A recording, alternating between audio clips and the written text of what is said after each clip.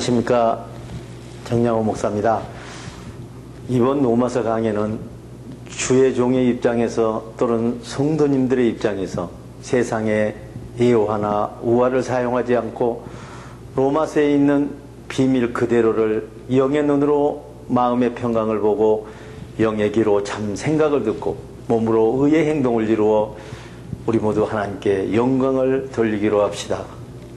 그리고 죽은 행동 가운데 살아나는 진리를 성령으로 깨닫기 위해 우리 모두 로마서 안으로 깊숙이 들어가 보기로 하겠습니다. 오늘 말씀은 하나님의 뜻을 믿는 믿음을 보시고 의롭다고 인정하신다는 제목으로 로마서 4장과 5장 강해를 시작하시겠습니다. 사랑하는 형제 자매 여러분, 아브라함의 믿음에 대하여 알아보기로 하겠습니다. 만일 아브라함이 자기 행위나 자기 공로로 하나님과 올바른 관계를 얻었다면 아브라함의 행위를 과연 자랑할 만하다고 할 일입니다.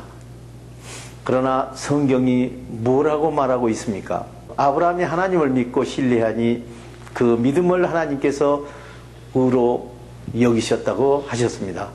사람이 만일 이 일을 하고 나서 품삯을 받는다면 당연히 받아야 할 보수를 받았다고 생각하지 보수를 은혜나 선물로 받았다고 여길 수 있겠습니까? 그러나 이 일을 하지 않고도 품삯을 받은 사람이 있다면 그 사람은 은혜나 선물로 품삯을 받은 사람이라고 말할 수 있을 것입니다.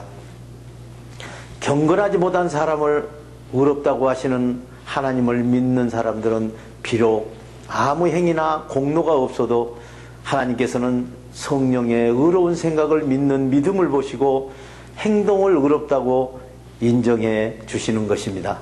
사랑하는 형제 자매 여러분, 하나님께서 선을 행한 일에 대하여 아무 공로가 없이 의롭다고 인정해 주시는 축복에 대하여 다윗은 이렇게 증언하고 있습니다.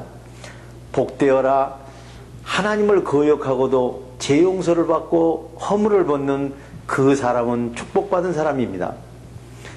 주님께서 죄 있는 사람을 죄 없는 사람으로 여겨주시는 그 사람이 축복받은 사람입니다. 마음에 속임수가 없는 그 사람이 축복받은 사람입니다. 죄가 많은 사람에게 주님께서 죄를 묻지 않고 죄 없다고 의인으로 인정해 주시는 사람이 진정으로 축복받은 사람인 것입니다. 이런 사람들은 모두가 진정으로 축복받은 사람들입니다. 여러분에게도 이런 축복이 임하시기를 우리 주 예수 그리스도의 이름으로 축원합니다. 그러면 이러한 축복이 세례의 계약을 맺는 사람에게만 내려지는 것입니까? 아니면 세례의 계약을 맺지 않는 사람에게도 내려지는 것입니까?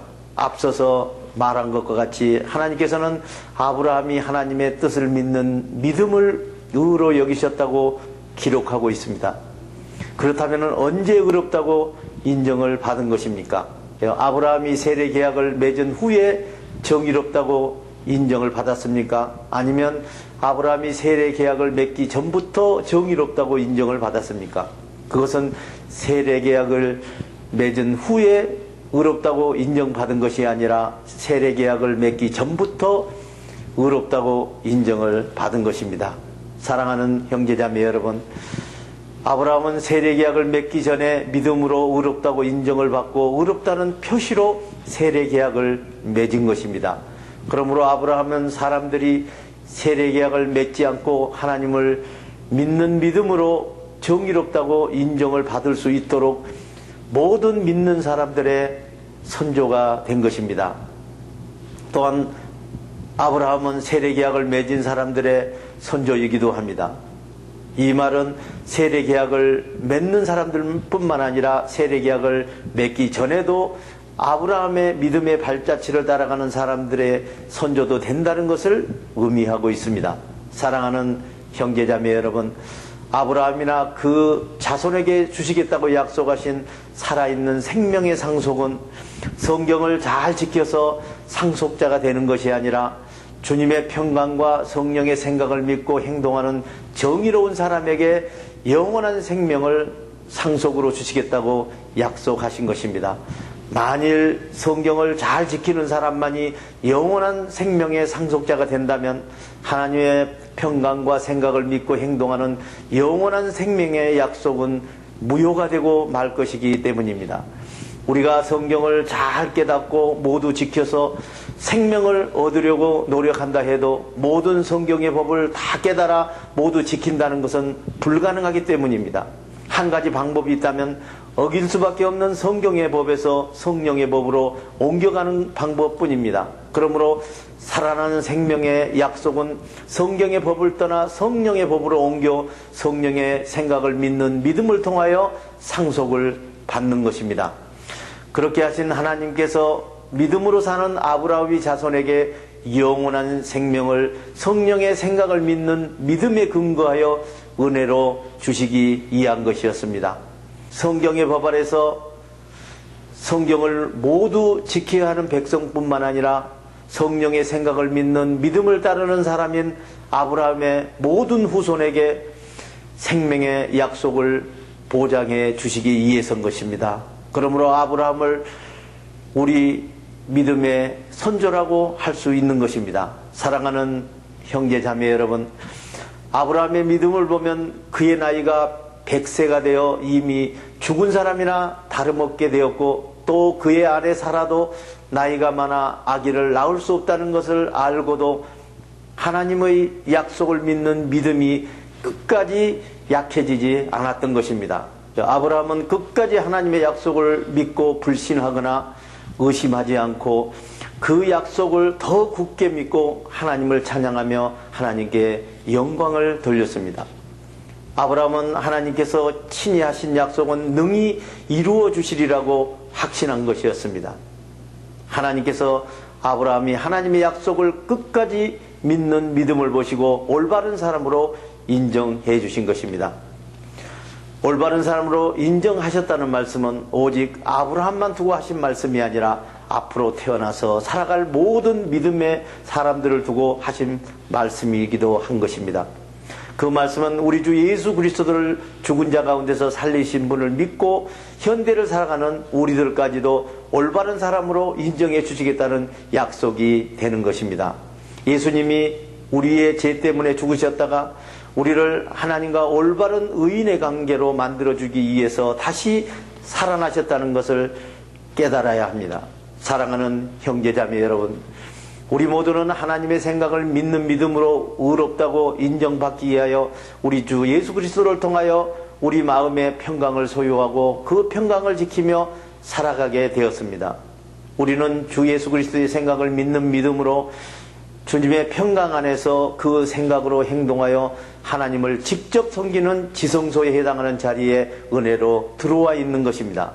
그리고 성령께서 우리에게 주신 평강과 생각으로 행동을 이루어 하나님께 영광을 돌릴 것을 확신하고 전무후무한 환난 속에서도 기쁨으로 영적인 교육을 받고 즐거워하고 있는 것입니다. 우리는 세상을 살면서 어떠한 환난과 어떠한 고통을 당하고 아무리 어려운 문제와 공경에 처하더라도 성령님과 임마누엘로 하나 되어 참생각으로 행동할 일들이 가져다줄 하나님의 권능을 생각하며 환난과 고통 속에서 인내를 배우며 인내를 이루어 나가고 있는 것입니다. 우리는 사망의 문턱 같은 절망과 시련을 참고 견디는 강인함으로 우리의 인격을 연단시키고 있습니다. 우리는 하나님을 향한 소망이 언제 어떠한 조건에서도 흔들리지 않는 천국 백성으로 성장하여 하나님 앞에 온전한 사람으로 인정받고 우뚝 서게 되기를 우리 주 예수 그리스도 이름으로 축원합니다. 사랑하는 형제자매 여러분, 하나님을 섬기며 사는 사람들은 언제 어떠한 조건에서도 흔들리지 않는 사람이 되어 아무리 큰 환난과 고통과 시련이 닥치더라도 실망하지 않고 우리가 겪는 모든 일이 하나님께서 이겨내라고 주신 유익한 선물이라는 것을 깨달아 알 수 있기를 우리 주 예수 그리스도 이름으로 축원합니다. 하나님께서 이 어렵고 힘든 일을 통하여 우리를 얼마나 극진히 사랑하고 계시는가를 확실히 알게 하십니다. 또한 하나님께서 우리 마음에 성령을 부어 하나님의 사랑을 이해할 수 있도록 어려운 일이 있을 때마다 이길 힘을 주시는 것입니다. 우리가 두려운 죄로 피할 길이 없는 절망에 빠져 있을 때 그리스도께서는 우리와 약속을 지키셔서 우리를 평강으로 구원하시려고 피 흘려 죽으셨습니다. 의인을 위하여 죽을 사람도 기대할 수 없고 혹 선한 사람을 위해서 죽겠다는 사람이 감히 있을지 모르겠지만, 그런데 우리가 아직 두려움 속에 갇힌 죄인으로 있을 때 그리스도께서는 평강으로 우리의 두려운 죄를 씻기 위하여 피 흘려 죽으신 것입니다. 이로써 하나님의 평강으로 우리의 두려운 죄를 씻는 확실한 사랑을 우리에게 보여주신 것입니다. 사랑하는 형제자매 여러분, 우리가 그리스도의 피로 두려운 죄에서 용서받아 의롭게 되었으므로 하나님의 형벌로부터 해방되는 구원을 얻으리라는 것은 이제 더욱더 확실해진 것입니다. 우리가 하나님과 원수일 때도 하나님의 아들이 우리를 대신해서 십자가에 피 흘려 죽으심으로 우리가 하나님과 평강으로 화해가 되었다면, 우리가 두려운 마음으로 가진 원수에서 평강으로 화해된 지금이야말로 우리가 죽음에서 영원한 생명으로 구원을 얻으리라는 것은 더욱 확실해진 것입니다. 그뿐만 아니라 우리 주 예수 그리스도를 통하여 하나님의 평강과 생각으로 살아있는 행동을 하고 있음을 우리는 자랑스럽게 여기고 있습니다. 우리는 지금 주 예수 그리스도의 평강의 피로 하나님과 화해가 되어 하나님을 직접 섬기는 제사장으로 기쁨을 누리게 되었습니다. 그러므로 한 사람이 지은 죄를 통하여 죄가 세상에 들어왔고 그 죄 때문에 죽음이 들어온 것과 같이 모든 사람이 같은 죄를 지었기 때문에 죽음이 온 인류에게 이르게 된 것입니다. 사랑하는 형제자매 여러분, 성경이 있기도 전에 죄는 세상에 있었습니다. 그러나 성경이 없을 때는 죄가 죄로 여겨지지 않았을 뿐입니다. 죽음은 아담으로부터 모세까지, 심지어 아담이 지은 죄와 똑같은 죄를 짓지 않는 사람들에게까지도 죄가 죽음을 지배해왔던 것입니다. 아담은 장차 오실 그리스도의 모형이었습니다. 하나님께서 그리스도를 통하여 은혜를 베푸실 때 생긴 일은 아담 한 사람이 범죄했을 때 생긴 일과 전혀 비교가 되지 않습니다. 많은 사람이, 아담 한 사람이 죄 때문에 죽었다면 은혜의 경우에는 그리스도 한 사람의 공로로 인하여 많은 사람이 영원한 생명을 은혜로 거저 받은 것입니다. 그러므로 하나님의 은혜와 권능이 얼마나 큽니까? 하나님이 그리스도를 통하여 거저 주시는 은혜의 선물과 아담 한 사람의 범죄의 결과는 같지 않습니다. 그 효과에 있어서 두 사건 서로 비교가 되지 않습니다. 아담의 경우에는 그 한 사람의 죄 때문에 모든 사람이 유죄 판결을 받게 되었지만, 그리스도의 경우에는 죄를 지은 많은 사람들이 그리스도의 피의 대가로 평강을 거저받아 무죄 판결을 받은 것입니다. 아담의 경우에는 아담 한 사람의 범죄로 들어온 두려운 죄가 죽은 행동으로 모든 사람에게 왕노릇하게 되었습니다. 그러나 은혜의 경우에는 그리스도의 한 사람에게 들어온 평강과 참생각이 살아있는 하나님과 올바른 관계에 이르는 정의로운 행동의 열매를 맺게 되었습니다. 그러므로 하나님의 은혜의 힘이 얼마나 더 큽니까? 아담 한 사람이 죄를 지어 모든 사람이 죄인이 되었다는 것과는 달리 그리스도 한 사람의 참된 생각과 살아있는 행동으로 많은 사람이 의인이 되어 영원한 생명에 들어가게 된 것입니다. 아담 한 사람의 불순종으로 많은 사람이 죄인이 되었듯이 그리스도 한 사람의 순종으로 많은 사람이 의인으로 하나님과 올바른 관계를 가지게 되었습니다.